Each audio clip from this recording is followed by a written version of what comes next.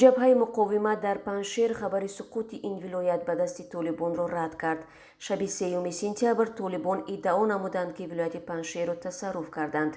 аҳмад Масъуд, фармондаи ҷабҳаи муқовимат, дар саҳифаи твиттери худ навиштааст ки ин хабар дурӯғ аст. ба қавли ӯ, ин хабарро матбуоти Покистон ки аз толибон ҷонибдорӣ мекунанд бофтаанд. суқути Паншер рӯзи охири ман хоҳад буд, навиштааст ӯ. бисмиллоҳ Муҳаммадӣ, вазири пешини дифои Афғонистон низ дар саҳифаи твиттер тасарруфи Паншерро рад кардааст. ба гуфтаи ӯ, чунин хабарҳо ба хотири шикасти рӯҳияи муборизон эҷод мешаванд. хабаргузории Reuters шаби 3 сентябр бо такя ба манобеъи худ дар миёни мақомоти толибон аз тасарруфи Паншер хабар дод, вале дертар аз қавли мақомоти ҷабҳаи муқовимат гуфтаҳои толибонро рад кард.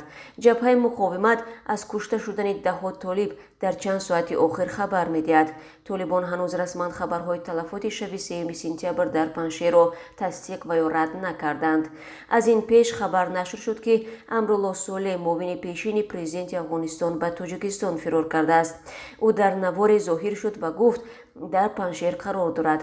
ба қавли Солеҳ, ҷангҳои шадид дар Паншер идома дорад ва ӯ то охирин лаҳза онҷо мемонад. толибон ки рӯзи 15 август бидуни ҷанг Кобулро ишғол карданд, дар як ҳафтаи охир барои тасарруфи Паншер вориди ҷанг шуданд. ҳарду ҷониб иддао доранд ки ба ҳамдигар талафоти сангин ворид карданд. Паншер ягона вилояти Афғонистон аст ки аз ҷониби толибон тасарруф нашудааст. толибон рӯзи гузашта эълон карданд ки музокира бо ҷабҳаи муқовимат дар Паншер натиҷа надодааст ва онҳо бо роҳи ҷанг вилоятро тасарруф хоҳанд кард. ба қавли масъулони ҷабҳаи муқовимат, як ҳафта боз ҷанг дар Паншер давом дорад ва толибон барқу алоқа ба ин вилоятро қатъ карданд.